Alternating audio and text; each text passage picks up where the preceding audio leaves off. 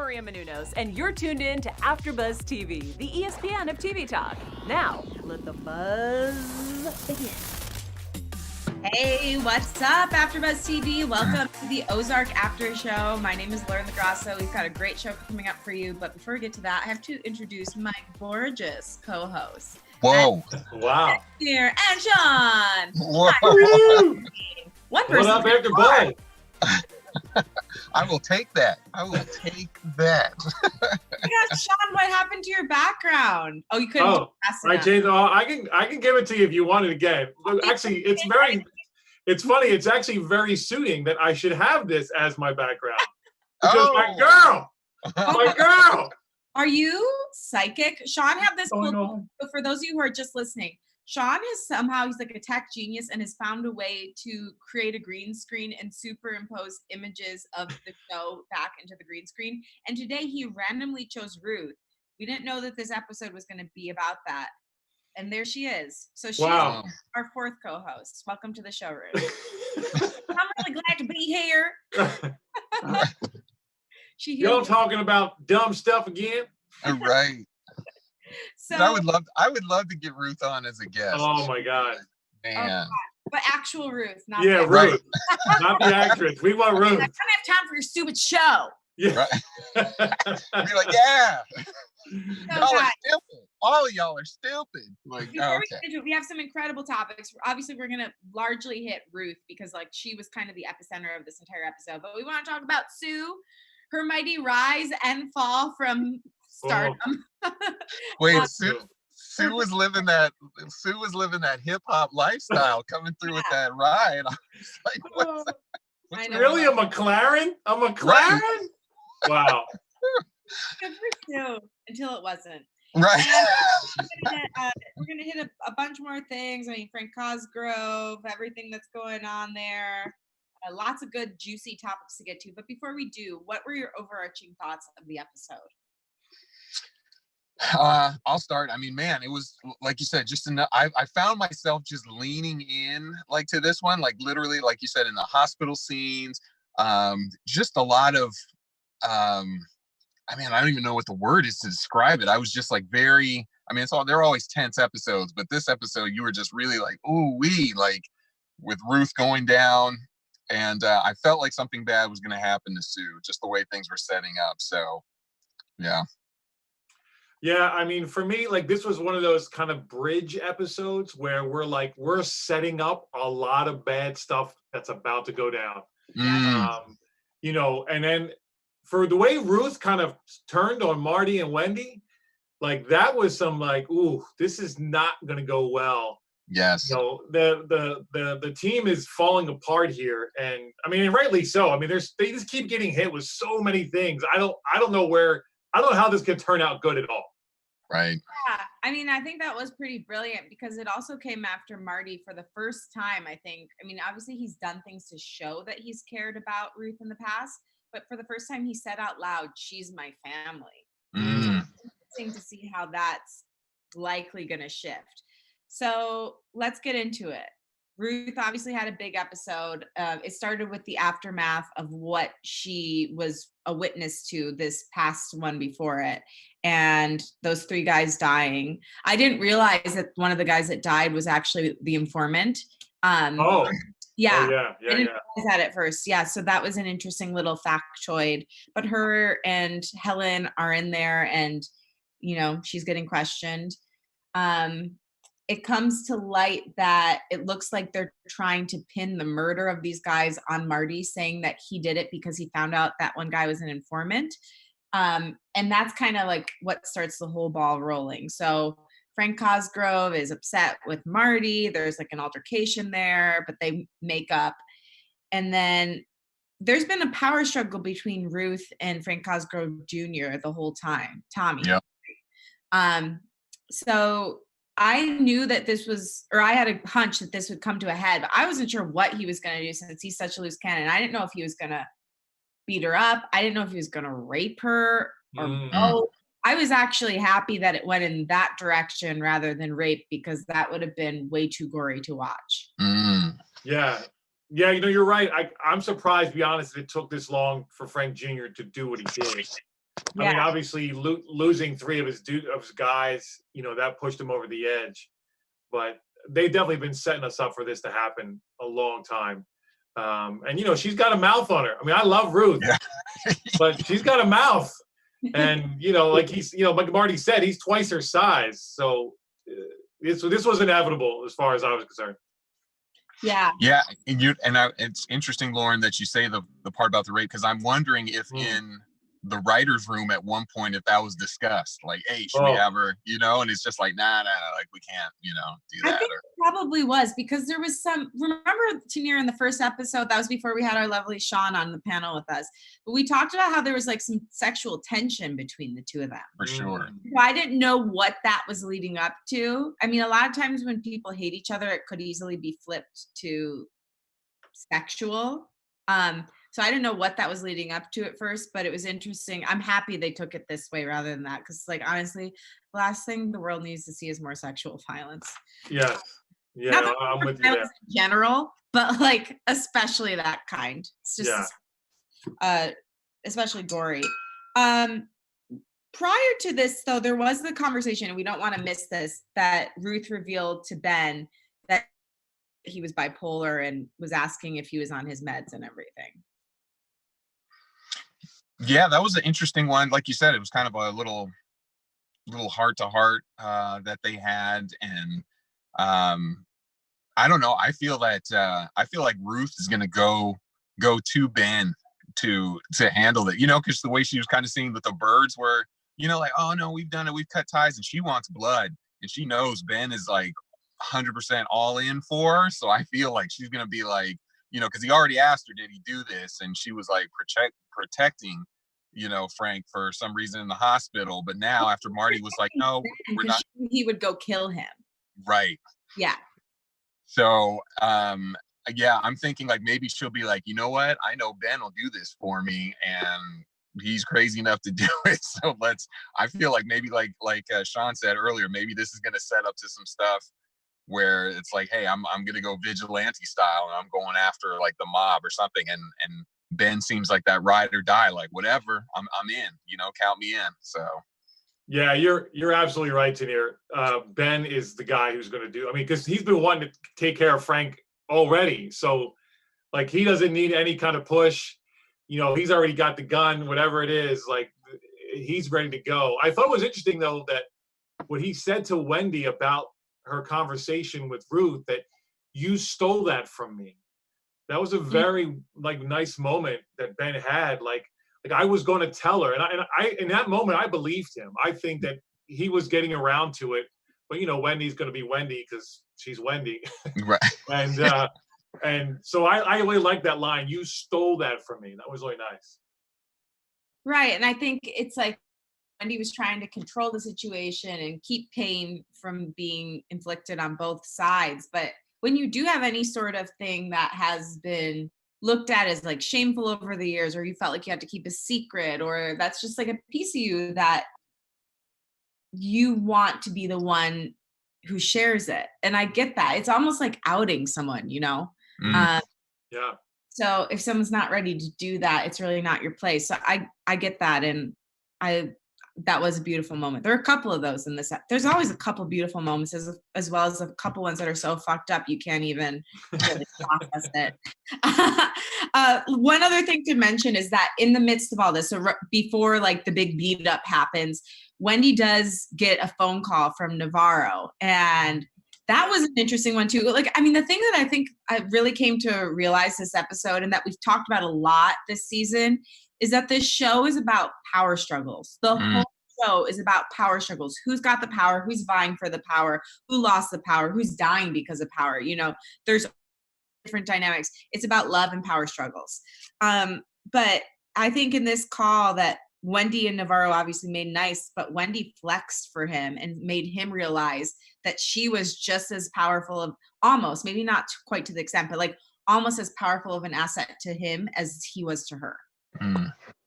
Yeah, no, that was definitely because like you said, after they had that little conversation, and she was like, look, if we go down, like your safety net goes down, all that stuff.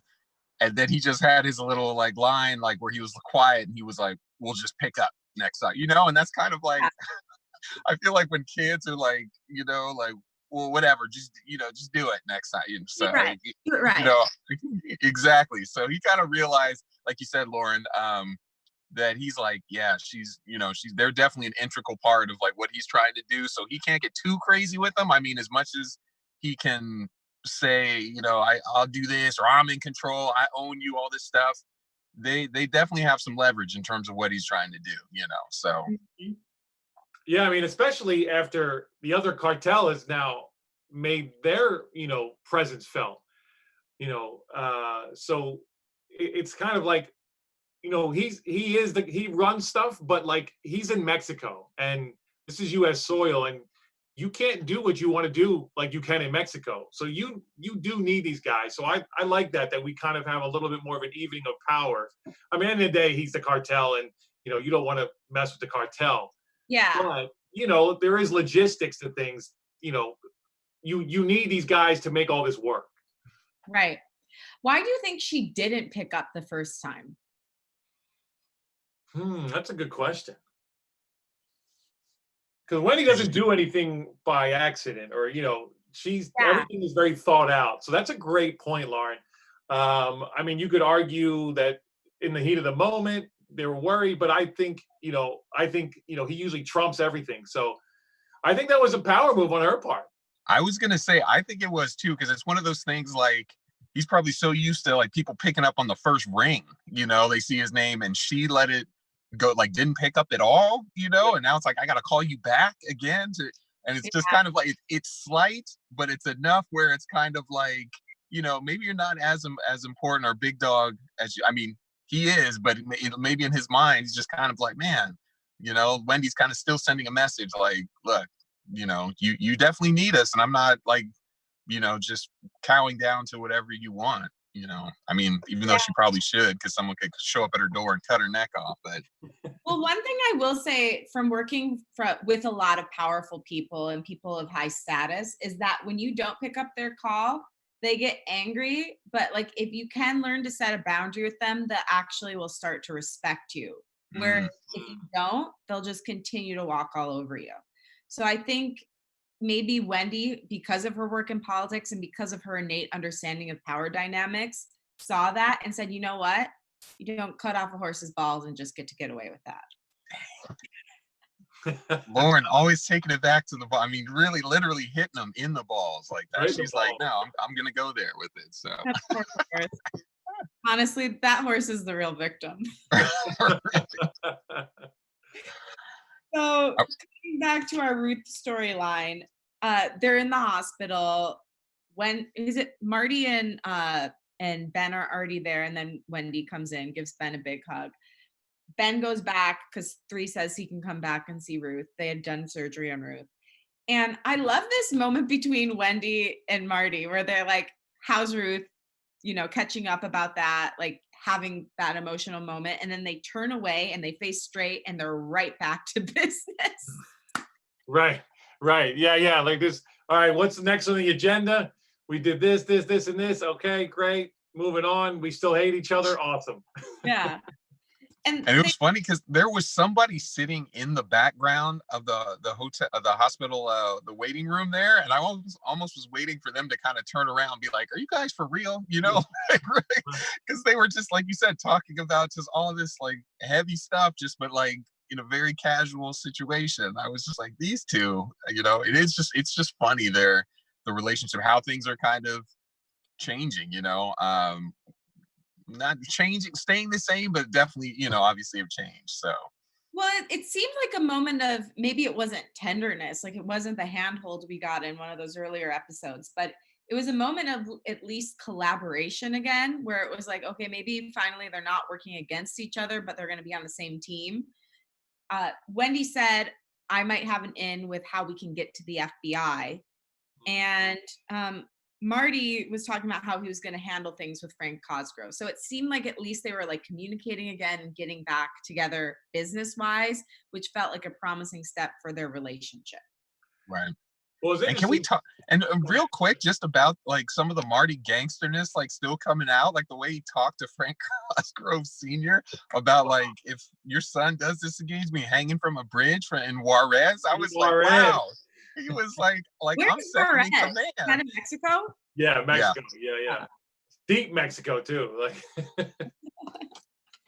Wait, isn't that where he was? Where Marty was?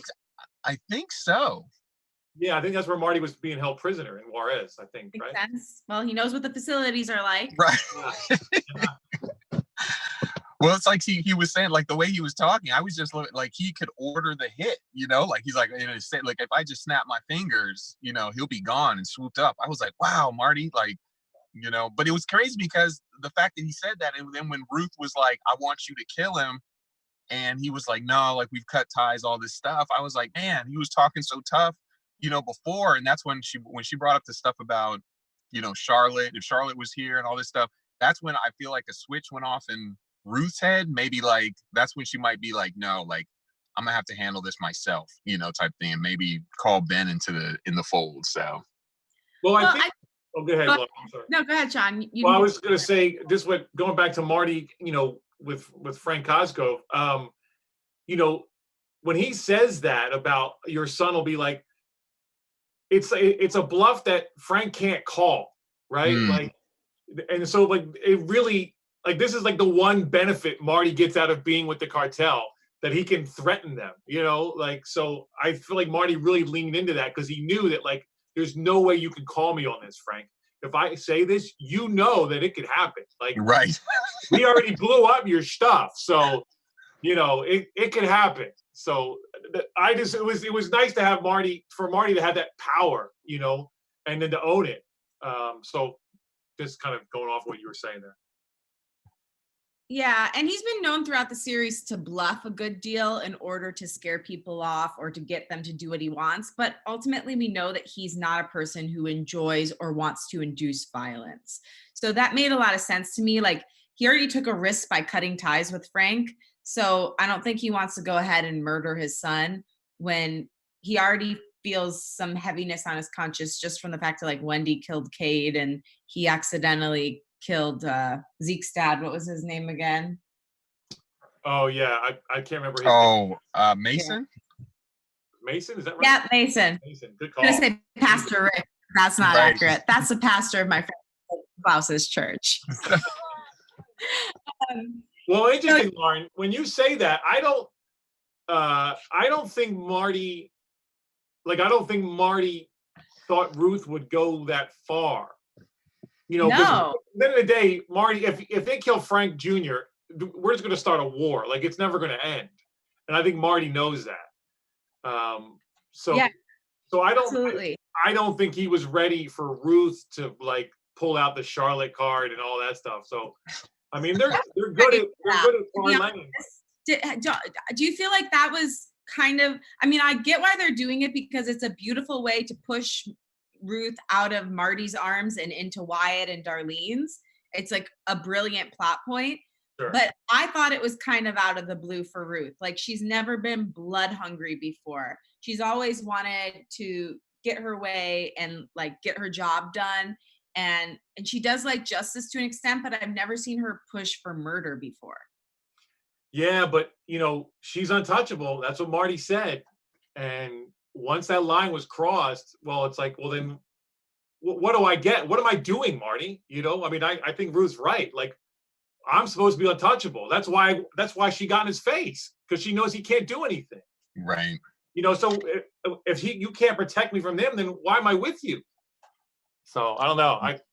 For me, it made sense, but I understand what you're saying. It definitely was a little out of character for her, but I think this is the extreme circumstances. It's like, it's on. Say it that way, it makes sense. I mean, she's probably thinking, why am I risking my life for you when you're not willing to do the same for me? Yeah. Like, I've done all these things, but I don't feel like I have that same thing in return.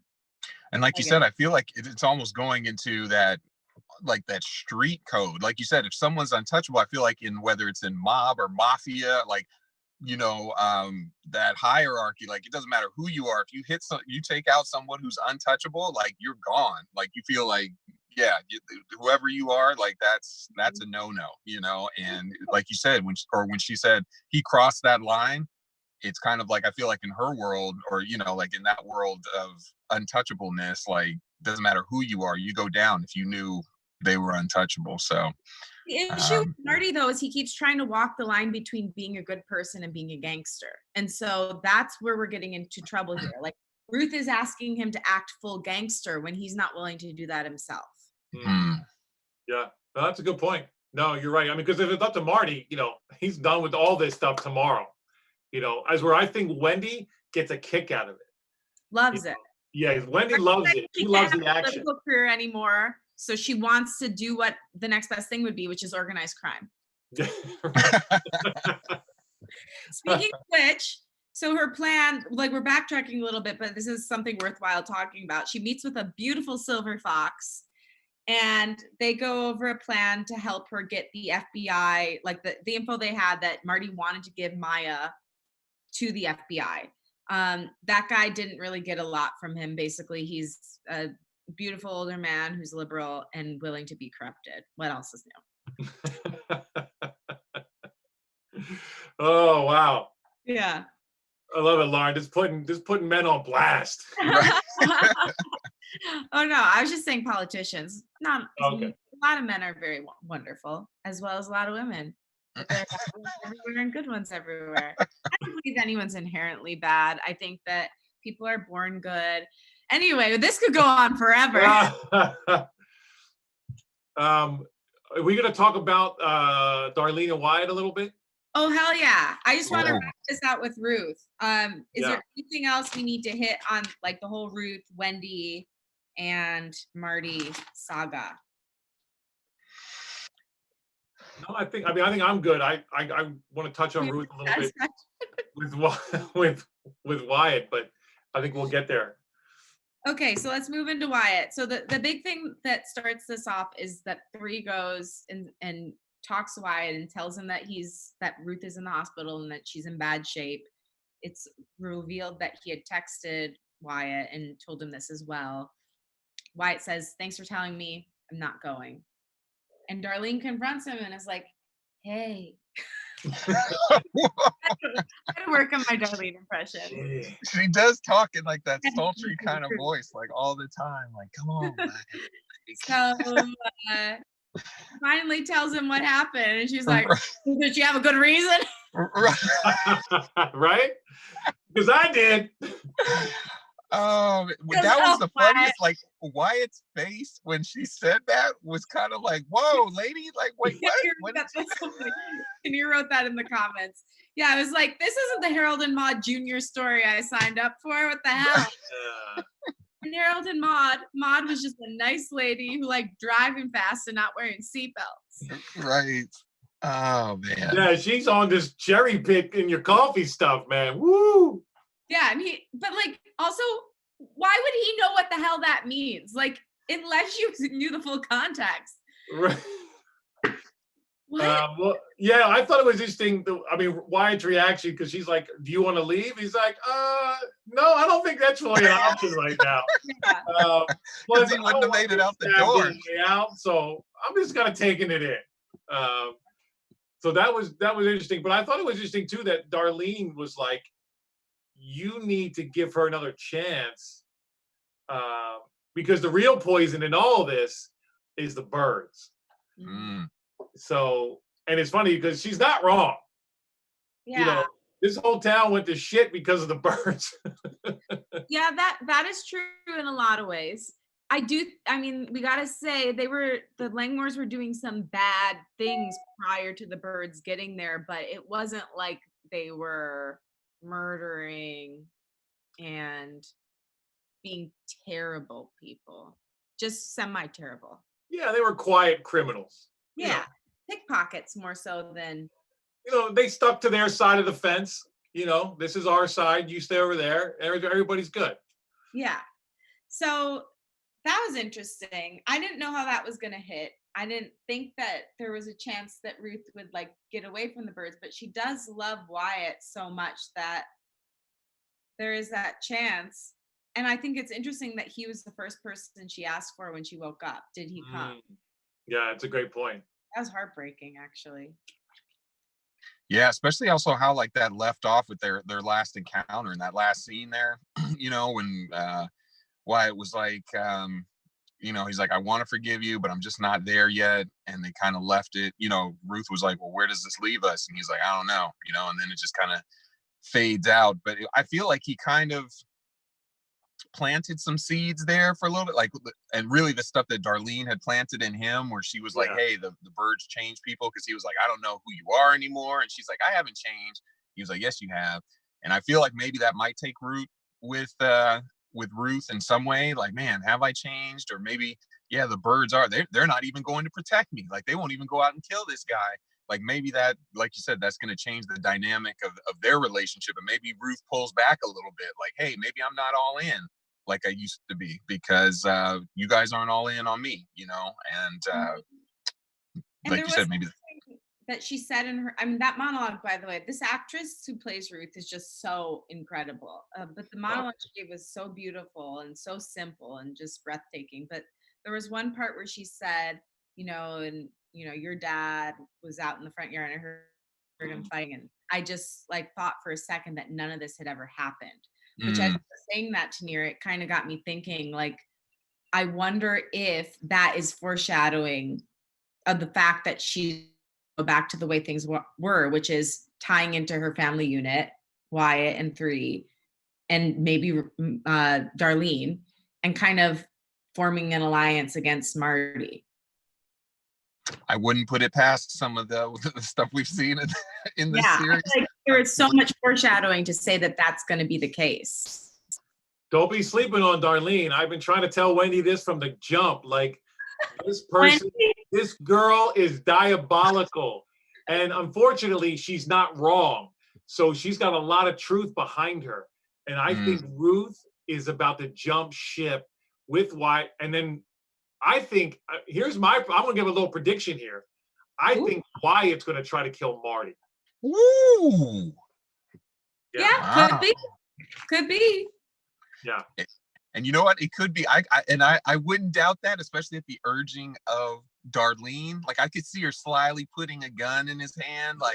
Right. You need to do this for all of the Ozarks. And, your dead daddy and all this stuff. And he'd be like, yeah, that's right. And then he ends up getting caught or going to jail. And Darlene's like, hey, thanks for doing the dirty work, type thing. Well, remember I love what she says, because Darlene likes to play dumb, but she's not. What'd she say to him? Don't tell me it's complicated. You got more language in you than that. Yeah. And I was like, oh, she's so smart. Yes. Because she knows he's smart, that he's smart. He's reading books all the time. And just the way she said it, you got more language in you than that. I was like, oh, I got chill on that line. Yeah, she's just got that smooth kind of back door. I'm going to get in, get my point across, but in a real, like I said, whether it's just talking in the velvety voice or slipping in some things where you're like, yeah, that's right, huh? Or especially he's young, kind of maybe impressionable. And I could definitely see her using Wyatt. And then, like you said, maybe recruiting Ruth in and just being kind of using something maybe hey, we're all from this area. These outsiders came in, messing up our lives. You need to be with us. We're family or something like that, And if that happened, the way that with the information that Ruth knows, she knows how the operation works with Marty. She could do some real damage, So she's honestly the perfect ally for Darlene, because she knows the inside scoop on what's going on with Wendy and Marty. But the thing is, if she switches sides, there's no way the cartel isn't gunning for her. So how would they ever protect her? That's true, but I feel like Ruth doesn't feel like she's protected anyway. So it's you know what I I mean? Keep herself alive in that scenario. I don't know. You got to hole up in the, again, Darlene, she's got a lot of land around her, and it's all fenced off, and she knows it. So I wouldn't want to be going on there, and trying to attack her, because there's a lot of booby traps. There's a lot of crazy stuff going on over there. I wouldn't want to mess with it. What if they go in and take out like Helen? Because obviously Helen would be the big, like she's obviously down there in the trenches, kind of almost like Navarro's, point person down there. I mean, if they took her out, I mean, the cartel would, I feel like, would have a tough time coming down, because it would just be like, we don't know where to go or what to do. I don't know. That maybe that's something. Yeah, and how come no one has taken out Helen? I mean, she's always out and about. Someone could just come by and just her in her high-waisted pants, town.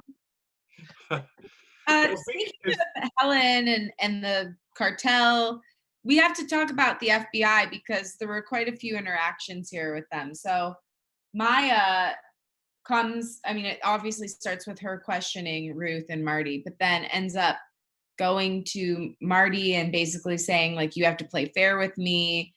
And this is after the information came out that he had tried to pitch her weeks before. and basically they're going against each other, calling each other bad people is what it comes down to. Marty's blaming her for Ruth being in the hospital while she's saying that Marty is not being forthright, which is true, but also he doesn't have reason to trust her. She even goes to Wendy and reveals yet again more information that Wendy didn't know, which is that she's been trying to flip Marty and that Marty almost took the deal. Thoughts on that? I love again, they're both so good at taking in information that they didn't know and acting like they did. Yeah. Because Wendy is like, oh yeah, of course, we discussed it, and I mean, I just love it. She's like, thanks for stopping by. Right. Well, the fact that like on the spot, she was like, so you'd want him to be a convicted felon. A convicted felon can't run like a casino in Missouri, right? And she's like, yes, I'm aware of that. And like you said, Sean, just to be like on the spot, to have that knowledge and go right into that, like, we're good. Thanks for you're just like, man, she is just on her toes and just always, I feel like that's that politician background, just having an answer for just any and everything to come up, and just always cool under pressure. So, man. Hello? Yeah, she could do an advertisement for a deodorant. Never let them see you sweat, man. I'm telling you. Right. As long as it's natural and doesn't have aluminum in it, that's cancer causing. Yes, exactly. That was my next thought. But oh gosh, guys. So before we get to Sue, are there any last thoughts before? I wanted to mention, I thought it was interesting that they gave Helen a nice moment with her daughter. She's finally like, all right, I'm going to send you back, and she's like, no, I want to stay. And Helen's like, but you're going to get killed if you stay. Right. So I thought that was a nice, again, another layer that they add to these characters, where like, because Helen's so ruthless, but then she has a daughter that's just crying over this guy who's got killed, and she has to be a mom. But at the end of the day, Helen's a gangster first, so right. She's just, the matter of factness is always just so real, even though she's like, but you'll get killed though. Yeah, she was all upset over the informant. Good thing they didn't sleep together. That would have been a real tragedy. That's probably why she was mad. She's like, I didn't get a chance to lose my virginity, Mom. Gosh. When you're that age, when you're that age and something that traumatic happens, like someone is murdered. Oof. Yeah. I never have had that, so I guess I can't relate, but I can think about it, and it would probably really shake me. Yeah. She's like, but why couldn't we just get it in first, like before, that went down? I really don't think that's what she was saying. But maybe, Tenere, maybe. Right. That's another storyline to maybe. Yeah. We're going to do an entire episode of how bummed Erin is that she didn't get that. And she was how she wanted to do some drone porn, maybe, Yeah. Well, that's not off the table. That's not off the table. Before we wrap this out, after we talk about drone porn, I do have to say, because we didn't say it at the beginning of the show, we love doing this show. It means so much to us. And really, this is a free service, as you know, but the way you can pay us is by subscribing, rating, and reviewing on Apple Podcasts, following the show on Spotify, and giving us a like, subscribe, and comment in the YouTube section. We really appreciate it. And it really just helps us interact with you guys and keep this show going. So thank you. But without further ado, let's get to Sue. Let's get to Sue. Oh, Sue, you done overplayed your hand. Man. Yeah, you know what? She wasn't ready for thug life. Let's just get Ah! Oh, that's my favorite line of the night, Lauren. That is the quote of the night by Miss LaGrosso. She wasn't ready. She thought she was. She thought she could have the car. She thought she could have the cash. But you know what? At the end of the day, honey, you're still a therapist, accepting bribes. You're not a thug. Right. And do we even know if she was really a therapist? She did say trust the process, but Right. to be fair, literally any self-help book you could ever read would say that. So yeah. I like that we gave Nelson a little acting moment too. Like I almost feel like what he was saying was true about Nelson his dog. Right? Yeah. Yeah, I mean that's what I wrote. Here, I'm gonna read you my exact note. Oh wait, where is it? Love that the hitman has to go. Wait, love that the hitman has to get a bit of therapy in. Well, you're there. Why not? Right. Self-improvement, Well, I loved how Marty, when he first saw it, he was like, "That's a transformer." So Yes. That's Bumblebee, man. The hitman is a multi-hyphenate. He's not only great at murder and doing therapy, he also is a technology whiz, and he's great at organizing files. Just the all-around guy, Lauren was like, maybe he's not that bad. Like he would be. Honestly, I don't mind moving to the Ozarks for him. Okay. Nelson. You could do it. I think you can make it work. We can make it work. All I want is somebody who's willing to improve, and clearly he is from his interest in therapy and betterment and thinking of potentially fostering a dog, even though it hurts him. My question is, do the Ozarks have a McLaren dealership? Like, where did Sue go to get did she order that online or something? Yeah. I'm with you. I don't like that. Is a hard car to come by in that part of the world. We're not in Beverly Hills or like Dubai, right. Well, Lake Ozark is the Dubai of the Midwest. Wait, I'm Googling this. Right. People in the Ozarks right now are probably like, "Hey, man, don't be talking about our." Right. But seriously, I think it wasn't McLaren, right? Or was it a Lambo? I thought it was. I thought you were right. I thought it was a McLaren. I didn't think it was a Lambo, but like you said, like $100,000 don't get you a McLaren, first of all. Right. And then when the people delivered it to or whatever. What was that? There's one in Chicago. I said, I guess she could have driven there. That's true. Maybe she paid the delivery charge, for them to bring it to her. Yeah. You know what, though? If that's the worst inconsistency in an episode, you're writing a great show. Right. It's true. That means we don't have much to pick on then. Right. Yeah. No, and I was just curious. I did love the scene between her and Helen too, you guys, when she was like, are you satisfied with what you got? And you know what? If she would have just said yes, she could have lived. Yeah. But because she wanted a little bit more. Yeah. They got her every time. The greed, it'll get you, even when you're older, I love it. Helen was like, I'll make sure you're taken care of. Mm-hmm. Yeah. Literally. Once she said that, I was like, oh, that's it. Go.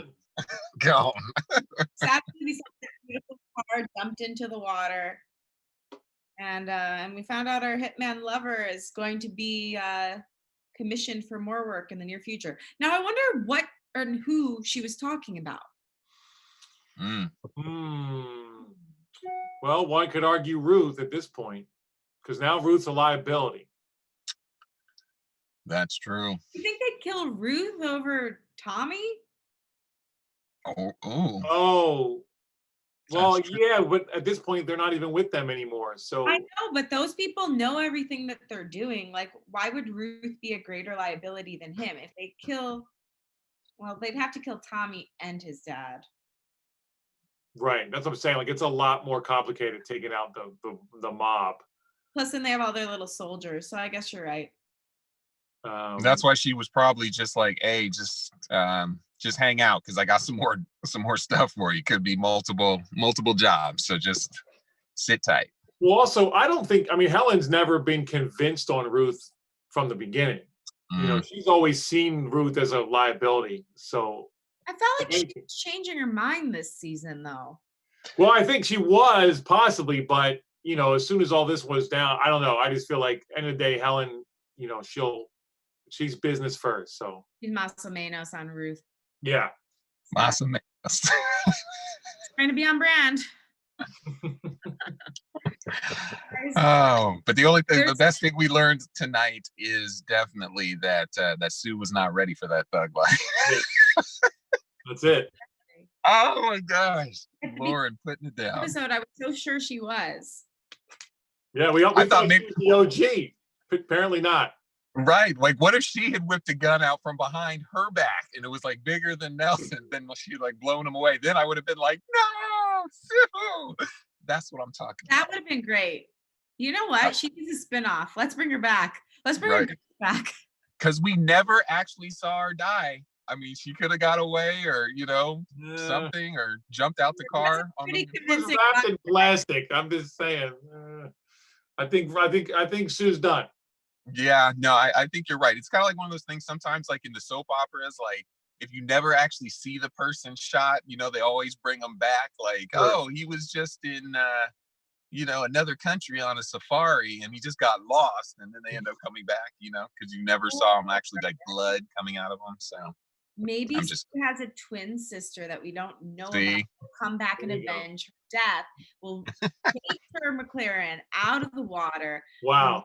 Wreck the car and claim the lives of her darling sister. That's season 4, episode 1, just bombshell right there. Right there. Well, guys, I mean, I feel like we've already said so many Hell to the Ozark moments, but do you have one that stands out? That's funny. I wrote one down. Where is it? Oh my goodness! Oh, it's gone. Oh, there. Oh, I guess it was Frank punching Ruth, and then of course beating her down. But like that comes out of nowhere. It just boom, and I was like, oh wow, that's definitely a Hell to the Ozark. Yeah, mine would definitely be the I guess it was just the whole Sue situation from the beginning of her showing the car to, you know, just the end with Frank there. I was like, oh, you know, as soon as he sat down, you know, and well, really, like you said, when what's her name, Helen was talking, you just had that ominous feeling like, oh man, I'm sorry, you know. So when it went down, you're just like, hail to the Ozark. Yeah, my moment was definitely when her and Helen were talking. I mean, when she said she wasn't satisfied, I knew it was curtains for Sue. Curtains. What you see? All right, guys. Well, any predictions? I already gave mine. Wyatt's taking out Marty, or going to try to. I gave mine too. I think that Sue and or not Sue. I got Sue on the brain. Well, Sue's sister will be coming back, but besides that, I think that what's her name? Oh my God, Ruth. It totally left my brain. That was so scary. So I think that Ruth will join with Wyatt and Darlene. I guess in mine is going to be, I think Ben is going to jump in there and do something crazy that could include taking out Frank Cosgrove Jr. Right. Because we didn't even talk about his little emotional breakdown where he thought they needed to leave town, which actually wasn't that bad of an idea in retrospect. Yeah, but I think Ruth's right. Between the cartel and the FBI, they wouldn't have got too far. No, but at least she wouldn't be beaten up. But it's okay. She's fine now. All right, guys. Well, where can we find you on the internet and elsewhere? Give your home address. You can find me at SeanStar75 on the gram and Gorilla Suit Sean on Twitter. And you can find me at Tenere W. That's at TENEREW on both Instagram and Twitter. Fantastic. You can find me at Lauren LaGrosso everywhere. I have a single coming out on the 17th of April called Run. And you can also listen to my podcast. I did an amazing one on Tuesday that's all about things that you can do while you're quarantined to have fun, ways to keep your relationship healthy with yourself and others, ways to like ease anxiety. So definitely check that one out. It's called Unleash Your Inner Creative, and it's anywhere you can get podcasts. And keep listening to us here at AfterBuzz TV because we love you. All right. Our founder, Keven Undergaro, and me, Good night. Maria Menounos, would like to thank you for tuning in to AfterBuzz TV. Remember, we're not just the first, we're the biggest in the world, and we're the only destination for all your favorite TV shows. Whatever you crave, we've got it. So go to AfterBuzzTV.com and check out our lineup. Buzz you later. The views expressed herein are those of the hosts only and do not necessarily reflect the views of AfterBuzz TV or its owners or principals.